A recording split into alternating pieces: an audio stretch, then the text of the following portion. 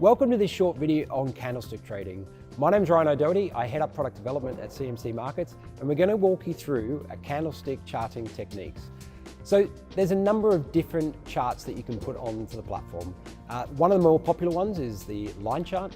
And a line chart basically just plots the close price of a certain interval. So whether or not you're using a daily interval or a 15-minute interval, it plots the close prices of those intervals and creates a line chart, as you can see on the screen now.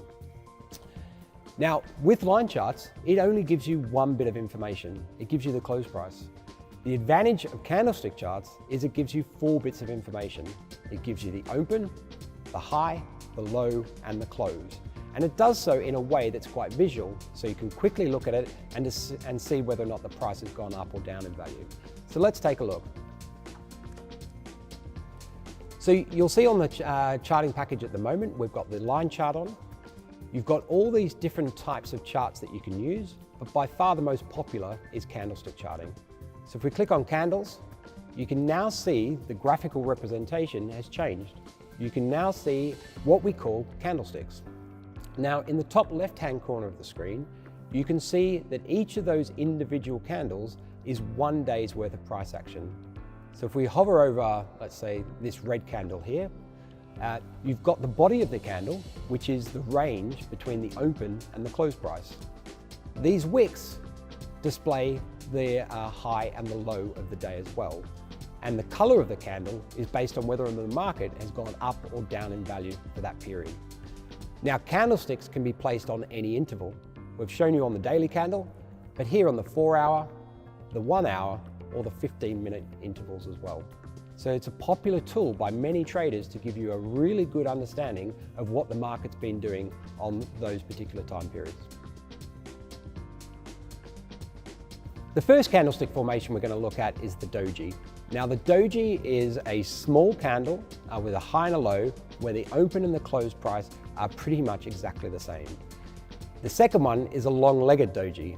The long-legged doji is simply the same, except the wicks are slightly longer.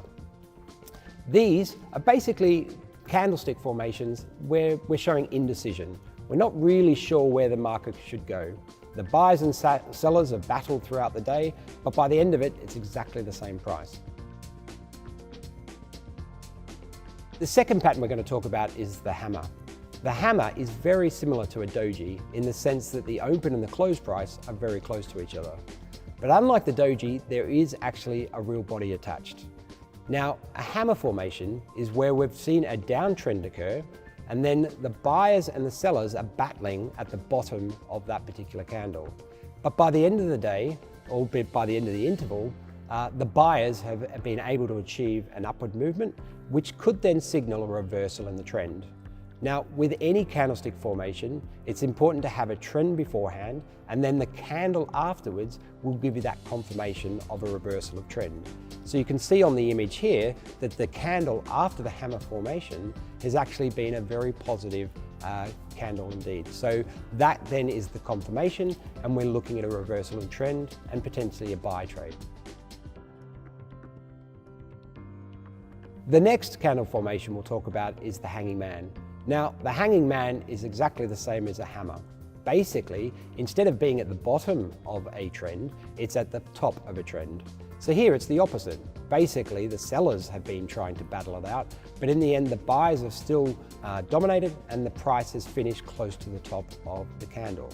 Now, if you've got preceding candles that are blue and that trend, potentially the next day, if those sellers come back into the market, we could see a reversal at the top of that formation. And you can see the confirmation on this screen here, where the next candle, you'll see a orange candle or a downward candle, is confirmation that we've got that reversal, and the hanging man formation has given you that signal that that was potentially going to happen. The next candlestick formation we'll talk about is the morning star. The morning star is a very small candle at the bottom of a trend. Yes, with this candle formation there is a real body attached, and you can see in this particular image, you can see we've got a downward trend occurring. The morning star is a small candle with a small real body, And basically what that's saying is that the momentum of that downward trend is slowing. We're starting to see that there's a little bit of indecision. We're not quite sure where the market's going to go. And so that may be the next trend is finished. Now, confirmation is required. So the next candle, we start to see a blue candle or an up candle, and that confirms that the morning star formation is finished, and it gives you a potential there to place a trade on the upside. Next formation is the evening star. So the opposite to the morning is that this appears at the top of a trend. So exactly the same in the sense that it's a small candle with a very small real body, and it appears at the top of a particular trend market. Now you'll see on this example, we've seen a number of positive candles appearing before that evening star appears. The evening star again is still a positive candle, but again we're starting to see that indecision is appearing in the market, and potentially there could be a market movement occur. The next candle is an orange candle or a downward candle. That gives us our confirmation that this has actually been a trend reversal, and we could then do a sell trade and profit from a falling market.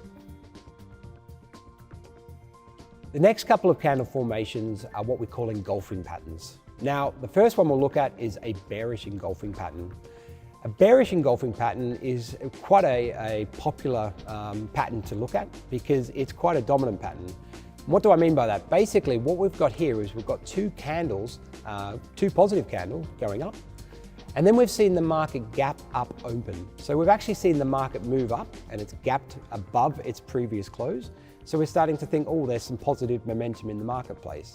But by the end of the day, all of that gap has been removed and we've seen the sellers dominate the marketplace, and actually it's finished below the open price of the previous candle. So you can see that it engulfs the previous candle, and that's why we call it an engulfing pattern.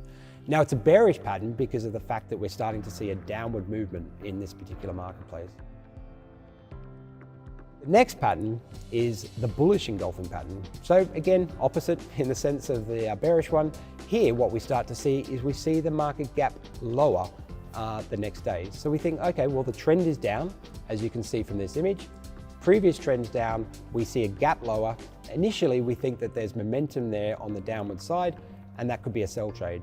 But by the end of the day, the buyers have come back into the market, and we've started to see that the actual price finishes above the previous close. So potential opportunity there to place a buy trade. Next pattern we're going to talk about is what we call the white soldiers. Now, the three white soldiers are a great trend changing formation. Basically what happens is we see a downward trend, and then we see three big, strong, bullish candles appearing straight afterwards. What that suggests is that the momentum on the downward side, on the selling side, has disappeared, and the buyers have come back into the marketplace. And with three strong signals, we're looking at a complete change in trend, and is a really good opportunity for clients to say, well, you know, we thought it was a downward market, but now actually the buyers have come back in, and we can see a potential long-term uptrend.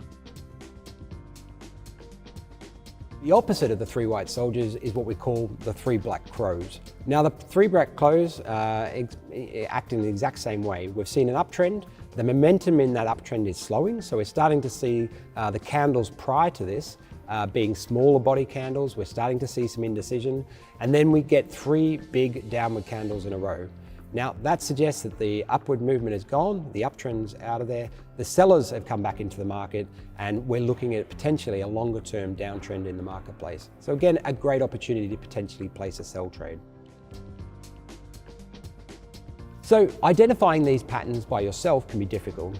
You've got a lot of understanding to go through to see whether or not you can identify like the three white soldiers or the three black crows, but we've made it slightly easier for you on the platform. So if you go into the charting package, in the bottom right of the charting package is an option called patterns. Now you've got general patterns or classic patterns such as triangle formations and channel formations, but the second tab is your candlestick formations. Now here we have a range of 60 predefined candlestick formations that you can choose from. And what we do is we automatically scan price action to identify those candle formations for you. So you don't need to do it yourself. The actual software can do that for you. Now, if you go and have a click here, we can click on the doji, for example. Once we've clicked on the doji, you can see that the platform highlights all the different doji formations that can be seen within the price section. It can do it on any intervals, so we've got one there on the 1 day, the 4 hours and the 15 minutes. So if you're looking at a longer term strategy or a shorter term strategy, then you can certainly put these patterns on there and see how you go. Now, candlestick formations, they're a great tool to use in addition to all of the other sort of indicators that you've got out there. So combine them with some of your support and resistance levels, your MACDs or your RSIs, and they will help you define where there's a potential change in strategy. So give it a try for yourself and see how you go.